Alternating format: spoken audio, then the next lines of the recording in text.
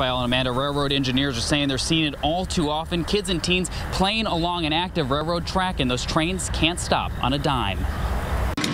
Tonight, a warning that could potentially save you or your child's life. Railroad tracks are not for playing on. It's an extremely dangerous pastime. Kids and teens playing games like chicken and a game called breezing with trains. And some even playing a game where they're jumping on and off rail cars while the train is moving. We see more and more incidents where people treat tracks like it's a place to play. These dangerous games are being reported by railroads across Indiana, and they say it's becoming an increasing problem. And when accidents do happen, they're often deadly. When these injuries happen, they're usually pretty bad and pretty gruesome, frankly. Just Wednesday night, 3 teens were playing chicken with a 6,000-ton Indiana Railroad train in Johnson County.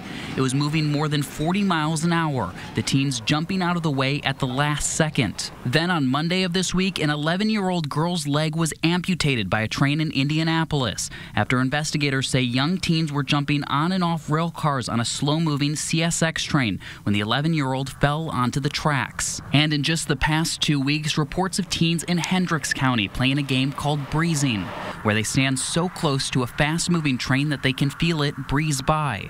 Indiana Railroad says all of those games can be deadly. I think a lot of teenagers feel like they're invincible. What they don't realize is that if you're going to fall off a train or get hit by a train, 2 things are going to happen. Either you're going to die or you're going to have a catastrophic injury, such as losing a limb, that's going to change your life forever. And the lasting impact isn't just on families, it's on the train crews as well. When these incidents happen, it is really hard on the crews of the railroad, the engineers, the conductors, the first responders, because they have to respond to these scenes that are just horrific.